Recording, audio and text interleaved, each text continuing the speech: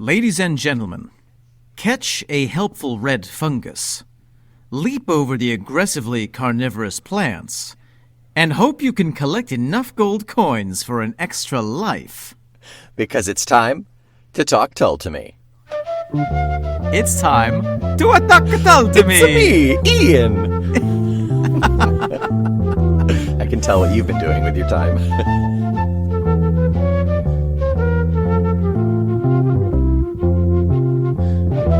I am Omen Sade. And I am Nick McGill. Together we are Feckless Moans. And this is Talk Tull to Me. A classic vintage video adventure in which Nick and I will leap from green pipe to green pipe, from the cheap lagoon of stand-up to the Bowser's Castle of Crest of a Knave. Nick and I will hopefully not fall off of the cliffs, and we will end up saving the princess of your ears, dear listeners, with the magic of prog rock. We start with an 8-bit side-scroller, work our way into 64 bits with polygons, dabble a little bit in some RPG, and then go full 3D when we hit jtull.com. Is that the last album? Thick as a Brick 2, maybe? I don't know. I think the last. Yeah, maybe. Welcome to Warchild Week, the start of Warchild. Yes. Warchild, the song off of Warchild. We have officially leveled up from Passion Play to a new album.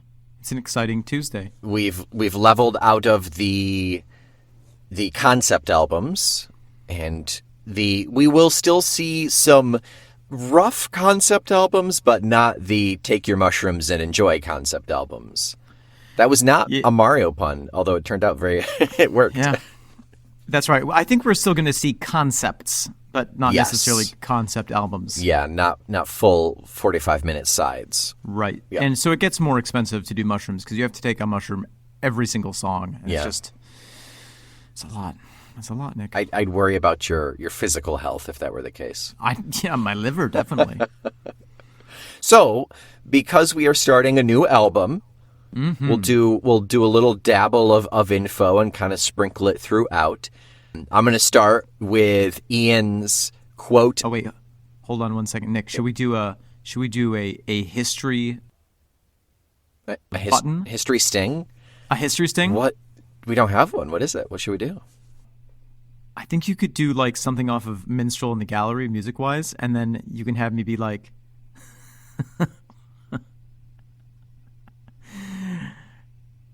"It's a history lesson." All right, I'll see what I can do. No, wait, let me try a different one. It's a me, you're a history teacher. In 2 years, when we're still not done with this podcast, and we play that sting, we're not going to remember the relevance at all. What were we thinking? It doesn't matter. It's fine. No, it's great. I love it. Okay, drop sting in here. It's a me, you're a history teacher. It's a history lesson. Okay, so a bit of info from Ian Anderson about Warchild. Quote, "It's kind of okay. The big one on that was Bungle in the Jungle, which is a complete rebuild of a song from the Chateau tapes. Very much rewritten, but it used the reference of people behaving like they're animals in the jungle. It was written to be a radio hit, and in America it nailed it. We got AM radio play, which opened us up to a much wider audience and brought a lot more people into the concerts. It had its moments. Ritchie Blackmore has a soft spot for that album for some reason." Classic self-deprecation. Yes, indeed. You have a quote as well, right? That's right, Nick. In regards to the transition between Passion Play and this album, Ian said,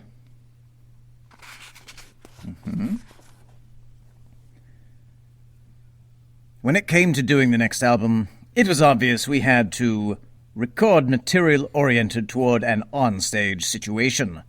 So, we had to revert back to short songs that we wouldn't have to cut up, like Thick as a Brick or A Passion Play, because with Thick as a Brick, for example, we had to take stuff and then play them as sort of songs, and they don't really work that way.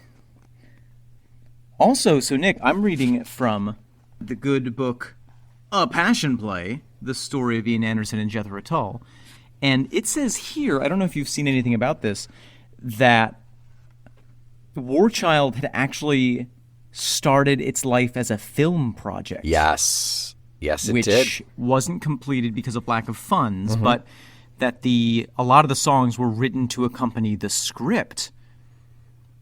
Would that we could find that script. Would that we could watch that movie. But well, yeah. Unfortunately, the mushroom budget doesn't allow for it.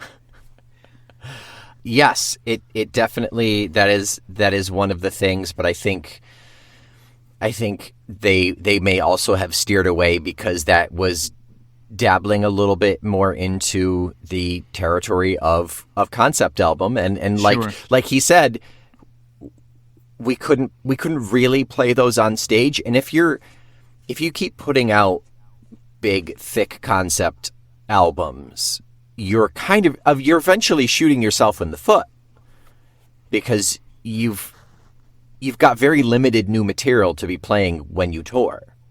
That's right. I mean, the film aspect does remind me of what we referenced a couple weeks back with the story of the hare who lost his spectacles, the film version of that they apparently did play during their concerts. But, and would we as Tolkienologists like to see that film? Oh my gosh, yes. Was it going to be a wise investment in the time? I can totally see why they ditched it. Yeah.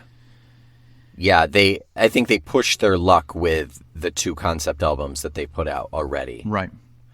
So what we have here is an album which is on the one foot a course correction from the 2 albums before, and also a collection in a way of some new stuff, but some stuff which had previously been worked on and not put onto an album yet. So it's a very interesting, a little bit of a modge-podge, but overall an album that I can't wait to get into, Nick.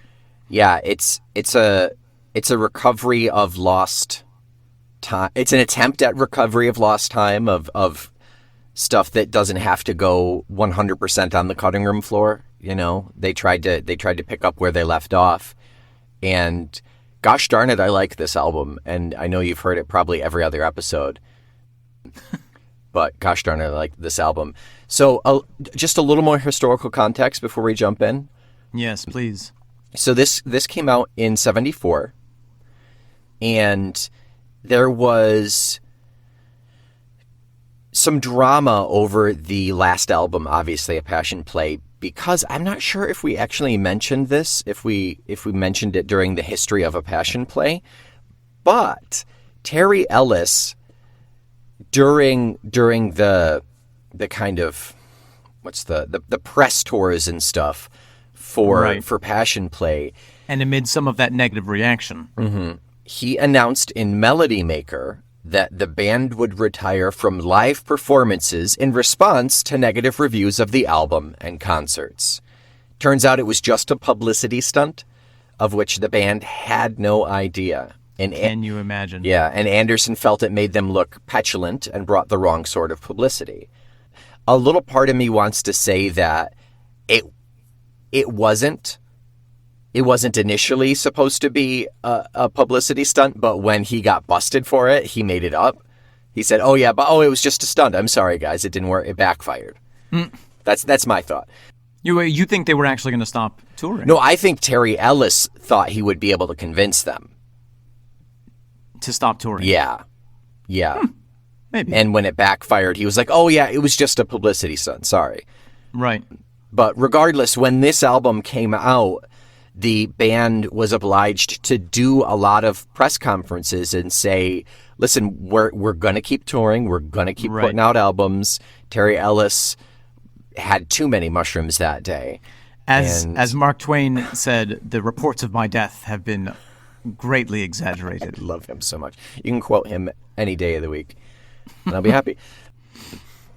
And that's it. And that's right. Yeah. There we have it.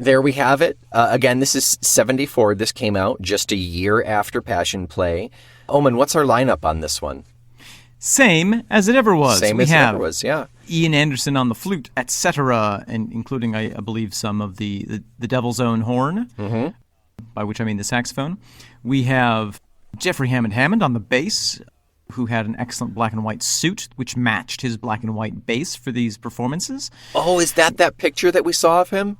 I believe so, yeah. Oh, it was such a wacky suit. It's so good. We have the John Evans Smash, smashing it out on the organ. We have Barrymore Barlow, the newest Tull, It. And But at this point, this is album 3 for him. Right. So it's not that. That's true. Yeah, he's pretty seasoned. He's lasted longer than some of the other musicians. It's the only way to season an Englishman. Over time? With time. Oh.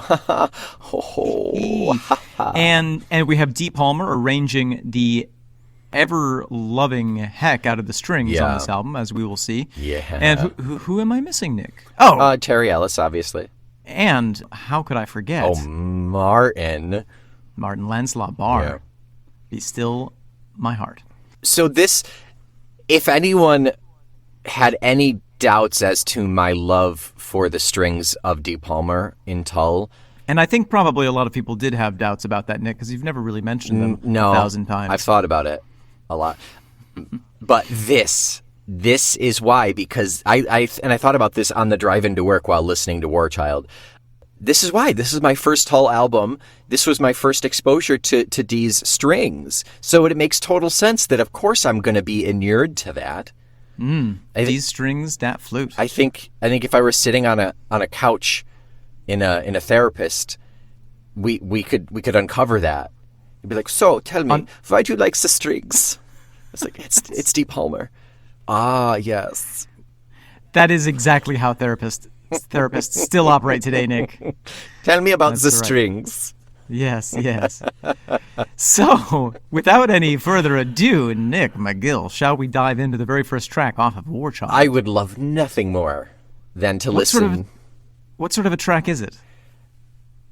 Is it a titular track? You could call it that. I think I will. And you'd be correct in doing so. Warchild. Off of Warchild. Let's have a Warchild. Wing it.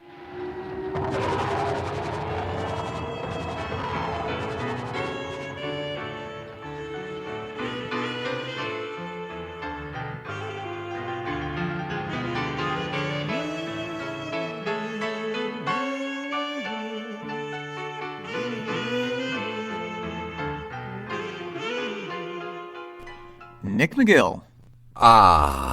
Omen Sade. I'm not surprised at how moved I am by this song. But damn it, am I moved by this song. It is so good. It's so good. Yeah. What a killer opening track for such a solid album. It is. I imagine you're speaking of being moved emotionally, but I found that I couldn't keep myself from, as the kids say, bopping out. Oh my God, this. the whole time. I'm sure you saw me rocking around in my 4x4 square sound booth here. Yeah. It was a positive sock hop up in there. It really was. There were socks and there were hops. There was hopping. There were hops in my glass. There were socks in the drawer. That was also a Mark Twain quote, I believe. Yeah. Honestly, I wouldn't be surprised if it were, but... Yeah. Okay, Like that. Omen. Yeah. Because you are nowhere near as biased about this album as I am, why don't you start? Just initial thoughts on this song. 10 out of 10. Love it. So good. So catchy. So layered. So... I mean... Just, I know that we said that we're out of the concept phase, but are we? No, we're out of the album length concept, but we are in no way out of concept albums. That's what I feel like. This is like a mini. This is like a mini album in one song. Like this one song could be a standalone whole thing that we could talk about for an entire podcast series. Mm-hmm. But the different things that he's playing with. the sound effects, the sound of the bombing, which we'll get into in a minute here, that contrasted with the just incredible arrangement, not only of the strings by Dee, but also the quintet there. It all comes together in such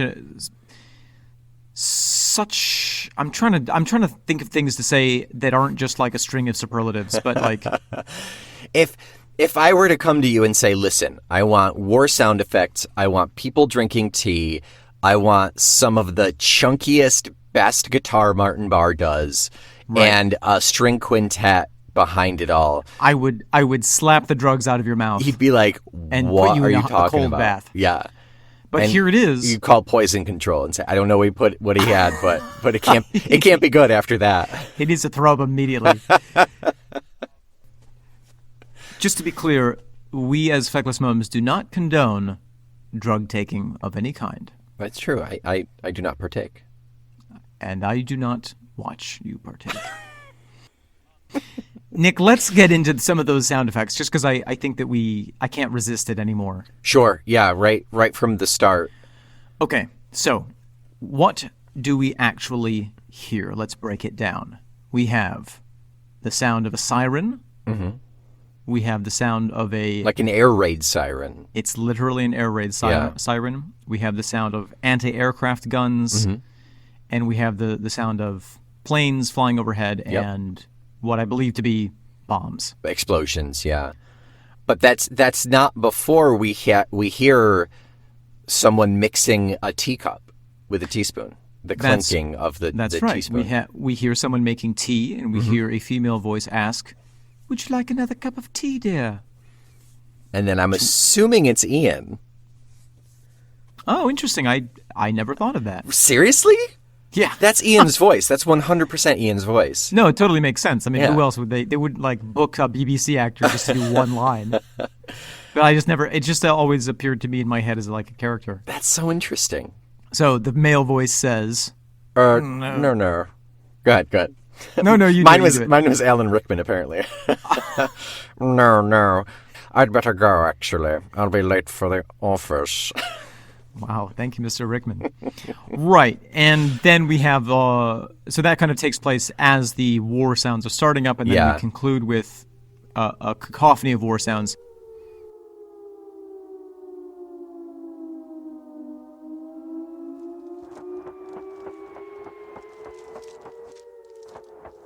Would you like another cup of tea, dear? No. I better go, actually. I'm going to be late for the office.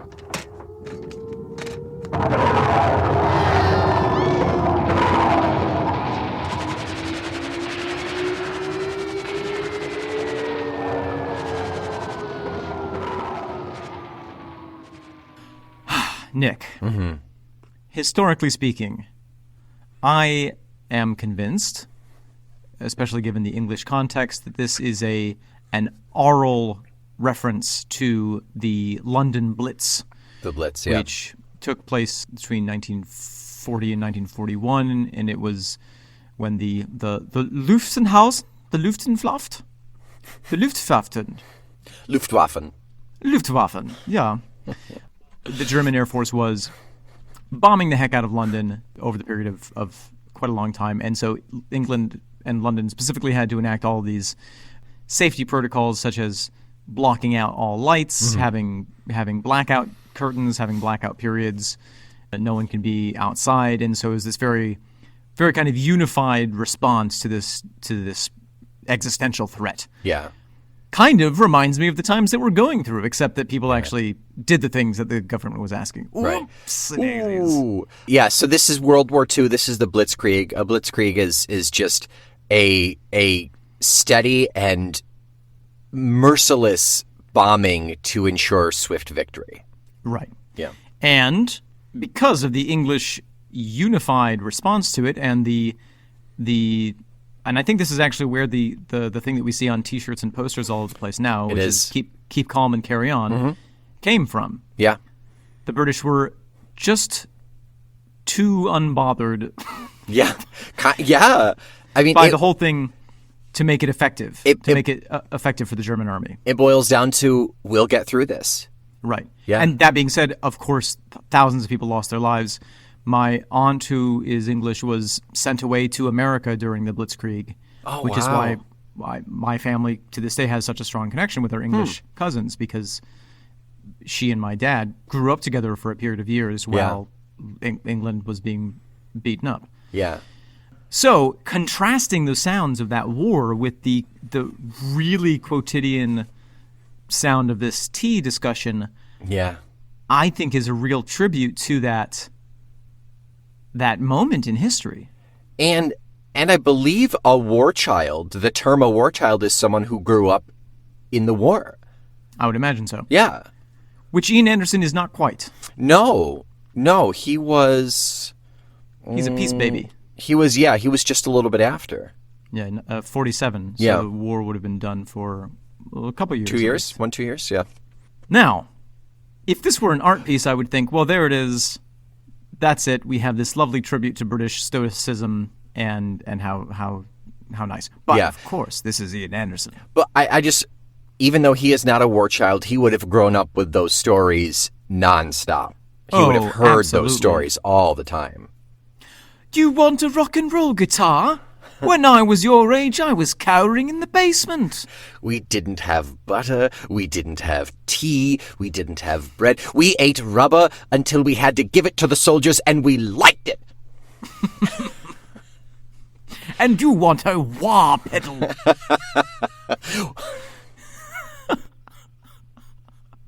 Don't talk to me about your whammy bars.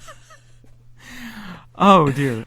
Yeah. So yeah. The tea conversation mixed with the war, the banalities of war, basically the everyday life, which then leads into the first instrumental sound that we hear, which is that saxophone that carried over from Passion Play, and Ian just humming too.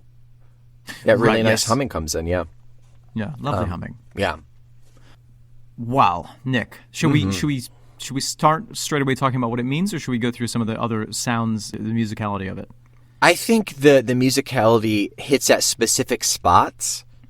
So let's start an overall talk of it and then work our way through, I think. Right. So Nick, you know that a couple other bands have songs called Warchild? Oh, yeah, that doesn't Cranberries. surprise me. Oh yeah, I like the Cranberries a lot. I like dried cranberries. Those are just craisins. You're craisins. I'll take you down to that bright city mile, there to powder your sweet face and paint on a smile. I'll take you down to that bright city mile, there to powder your sweet face and paint on a smile. Nick. Omen. This song is basically two stanzas of lyrics separated by the chorus, which is Warchild dance the days and the nights away. Mm-hmm. So what do we have in this first stanza? It is... I did not have an idea of a specific through line of a story about this song until literally this listen through and reading the lyrics so closely, and it finally struck me. Good timing. I know, perfect, right? It would have been worse if it was two listens from now. Yeah. So this is the narrator, Ian is the narrator, speaking to someone, bringing them down into the city to get dressed up and dolled up for selling. For selling? Yeah, I think this is about prostitution. Oh, interesting. A little return to the cross-eyed Mary territory. I think so. When your country is being occupied by an invading force, what can you do? Think about the Korean War. Well, sure. Now, before you get too deep into this comparison, Yes. I just want to point out, Britain was not occupied. No, I know that. But we don't know for sure that this is a reference to World War II, Sure. Nick, I think that for the first time in Talk Tull to Me history, you have teased out a sexual theme which I've missed. Oh, wait. Let me set it up. Hey, Omen, this Yes. song. Do you know what this song is about? I don't really know. What do you? Sex. It's probably about like war. It's about sex. And Sex. Omen. It's sex. I didn't feel good. You do it, and you seem to take like glee out of it. I just didn't feel great. That seemed for me. wrapped up in a lot of shame. So tell me about the strings and then the sex. It's about the sex. Yeah. Ugh. Wow. So Nick, Yeah. let's talk about your sexy theory here. Mm-hmm. Sexy on so many levels. This has really caught me off guard.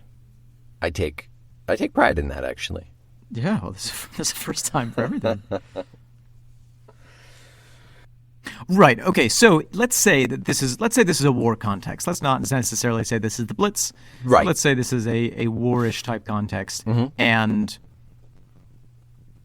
Ian is presenting the listener with the option of forgetting about one's pain for a little while, perhaps in the sweet embrace of someone who will make you forget.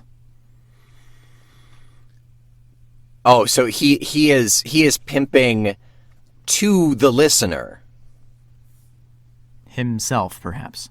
Oh, no. I see he's talking to someone else. He's talking to like his daughter or his wife or something. Oh dear. Yeah. And that makes Warchild even more poignant because who knows how long this country has been occupied, and they have a Warchild that all that this kid can do is be used in this way. I think this is dark. I think this is a really dark song. I think your mind is quite dark, Nick.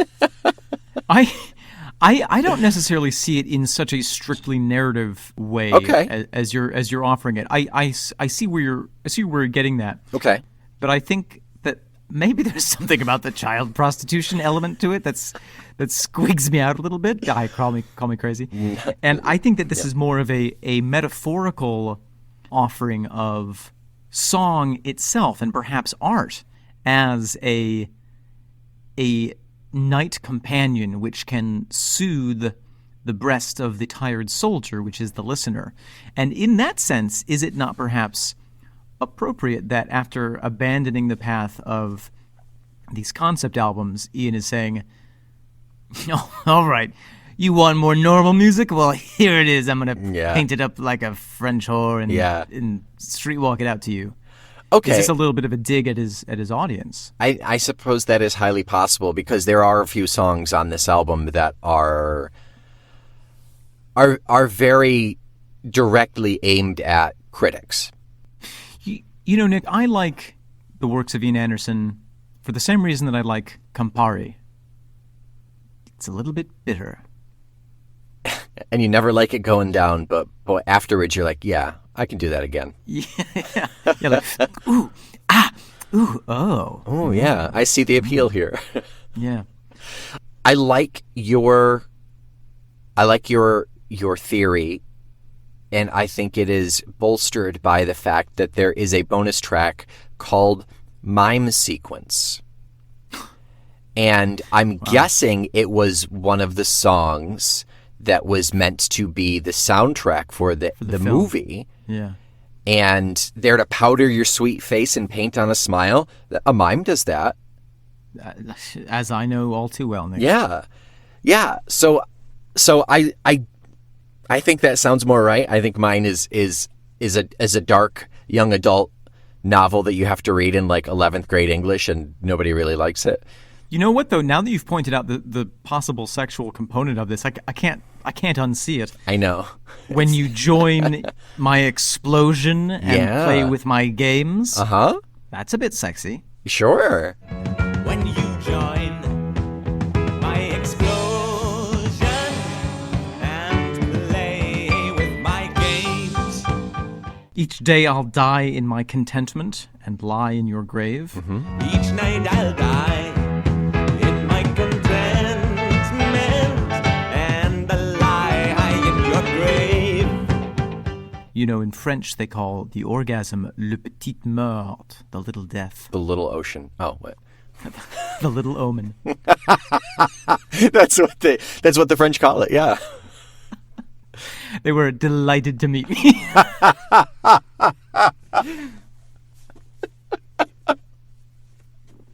Oh dear, Nick. Oh, yes, you're right.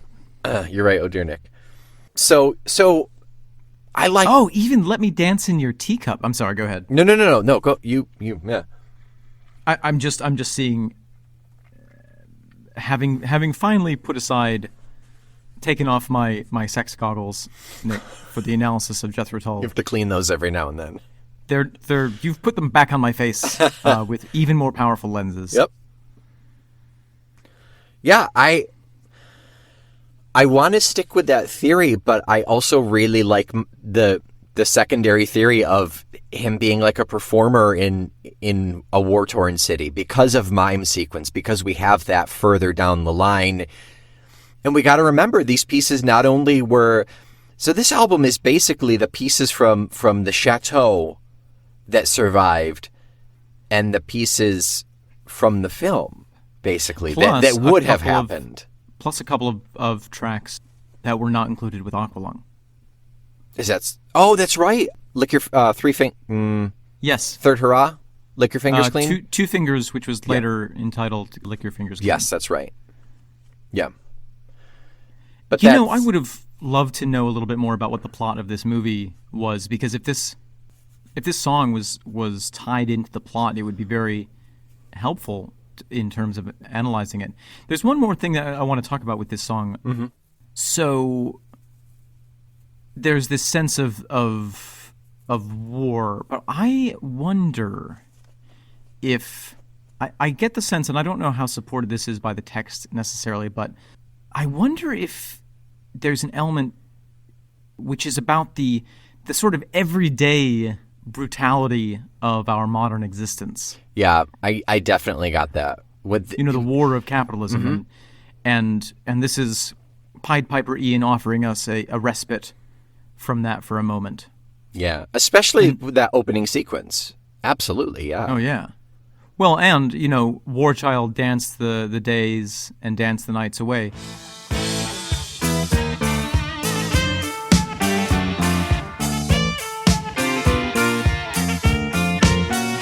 Warchild, dance the days and dance the nights away. Sort of shows us somebody who, even in these extremely challenging situations and overall difficult times, they're choosing to dance. They're choosing to have fun. Again, quite apropos to our current global situation. Correct. We could all do with a little bit of a sexy musical escape at this point, I think. You got to listen to Warchild. That's Gotta listen to Talk Tell to Me. That too. The sexiest musical escape, for sure. So Martin's guitar in this is some of the heaviest stuff that we've heard since Aqualung. In terms of Martin's guitar, or in general, but yeah. Martin's guitar really hammers that home. It's so good. It's so heavy in parts, but he's got some fun, like deep in the background, these little like funky little kind of, he's holding the strings, so it's little chunky chunk chugs there. Yes, the chunky chunk chugs. Mm-hmm. Yeah, it's a technique. It's a Spanish technique, I believe. Yeah. That's right. Yeah, and we're not seeing on this track any of the flashy guitar playing that we saw on Aqualung or anything like that. Yeah. But it's there. It's like it's sublimated almost. It feels like it's just growling beneath the surface like a shark. Yeah, it's the guitar in Aqualung the guitar on that album is all very forward-facing. Totally. There's a lot going on in this track. Even if you were to take out the sound effects, there's a lot going on. Yeah. I mean, there's a lot of... what I noticed, actually? I know that we said in the intro that John Evan is on the organ, but this is actually piano. Yeah, he's got piano in here. Later, we hear him on the squeeze box at some point. later on does in a the lot. album. Yeah, not in this song. But And he's I do feel like, where with Aqualung, Martin Barr's guitar was the sort of lead melodic instrument, here it's John Evan. It's the piano. And I feel like yeah. that's a phase that we're in for a while here. Yeah, I think we'll get piano and some more string. I think this is the turning point for those. Yes. But now that I think about it, I imagine the only reason this album is so string heavy is because they expected it to be a part of a movie, the soundtrack for a movie. That makes a lot of sense. Yeah. Yeah. So we're fortunate that even though we're fortunate that they had the idea to do the movie in the first place. Absolutely, and that we still because got then those this strings. album, if they hadn't, this album wouldn't necessarily exist. Yeah. Or wouldn't certainly exist in this form. I mean, I do think that just listening to it, it is very easy to visualize images along with it. It has a cinematic quality to it. Yeah, absolutely. Yeah, ever since reading that it was supposed to be part of a movie, I'm thinking and rethinking about all the track names and even those lost bonus tracks that are on the Steve Wilson remaster. That's a lot of the bonus tracks that we're going to be covering later. Trying to figure out if we can get just a rough semblance of. You're suggesting what the that movie's. we purchase a video camera and Like a 1997 video camera. and reverse engineer a film just going off of the evidence of this album, like archaeologists putting together a Mayan temple. Yeah, or rebuilding a dinosaur based on just a jumble of bones. Right. Yeah. And like paleontology, the results would almost certainly be wrong, but would be a lot of fun. Yeah, and we'd be really proud of ourselves. We'd be very proud, and Yeah. it would attract visitors to the museum. Mm-hmm. Mummy, I want to see the Tullosaurus again. We saw that last week. It's time to go see the Led Zeppelin. Is Noel Felding the mommy? Yes. Yes. Goodness me, Nick. Final note, just if you can't wait, get to the second sting of the chorus, Warchild Dance the Days. That's when the strings come in. Warchild, dance the days and dance the nights away.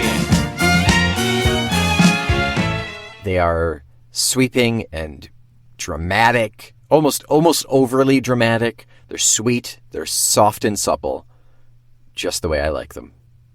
Sorry, Nick, I left for about 10 minutes. Are you done talking about the strings? Did you? I just came back. There's a lot of sweat in this sound booth. I need to happened? I need a shower. So, Nick, I have a question for you. Yeah. If this song was an unexpected birthday present from a distant uncle, what unexpected birthday present would it be? It would be an antique like bayonet from I guess they didn't really have bayonets in World. They might have had bayonets Sure in they World, had. like a boot knife or something from World War II. I think. Yeah. Yeah. With a sexy lady drawn on it. Yeah. Right. Very poorly drawn. Something Or that a sexy man. I mean, to each their own. A knife's got two sides. That's what I always say. That's true. That's another Mark Twain quote. Yeah, it's something that you're like you wouldn't go out of your way to get, but you're really like, no, thank you. This means a lot to me. Great. Yeah. Yeah. Well, Oh, Nick, man. anything more to say about this track? Like I said in the beginning, it is a killer way to start this album, and I think after having listened to it this morning on the drive to work, there is so much variety in this album, but every one of the songs is so strong, and I'm so excited to get started on this one.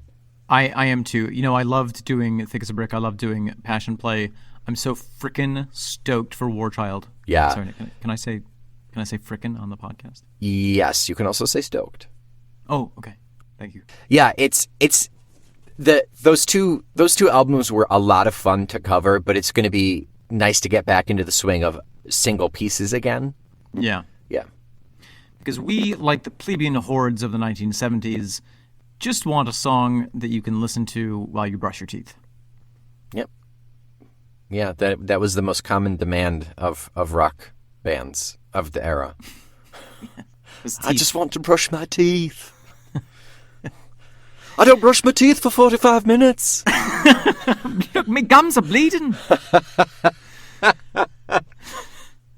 Got blisters on my gums. All right. I think that's enough of that.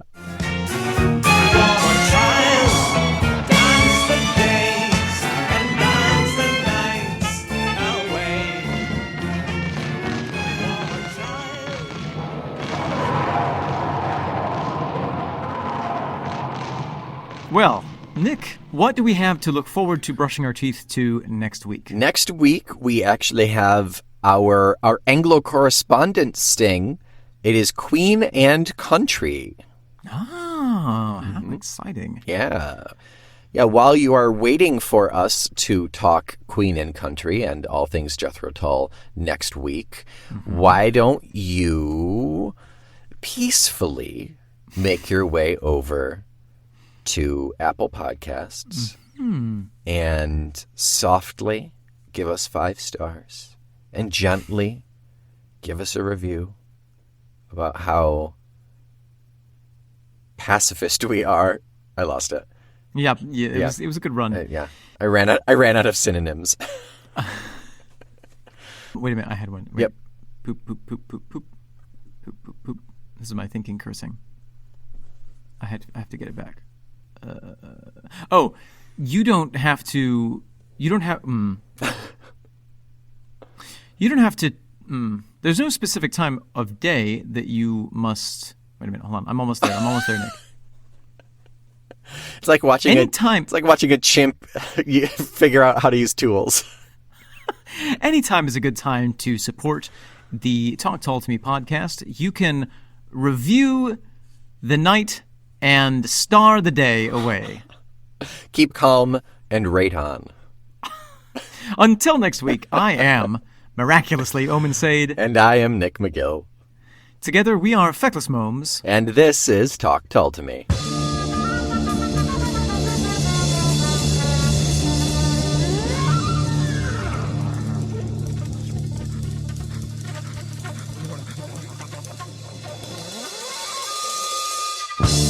Yeah. Come in, Mr. McGill. You can sit on this couch here, and just relax. And we're going to talk about some things. Yeah. Yeah. Thanks for seeing me so soon, Dr. F. I appreciate it. Of course. So I'm going to say a couple of words, and you just say the first thing what comes to your mind. Yeah. Okay. It can be anything. Okay, there's no right or wrong answer. No. Okay. It is called free association because the association is free, unlike my treatment. Yes. Yeah. All right. You feeling relaxed? Yes. The massage is nice. Thank you. Oh, you're very welcome. Okay, so ready? Yes. Volkswagen. Rabbit. Good. Just try to relax. Yeah. Okay, I'm panicked a little bit. I'm sorry. No, it's fine. The first time is scary. Wiener Schnitzel. Oh, it's definitely Mome. Yeah. Wow. Yeah. Okay. Good. Your mind is so open and active. Proud member of. Oh, Talk Tull to Me for sure. Yeah. Yeah. Good. Just one more. Proud member of the Feckless Moms audio network. I'll bill you.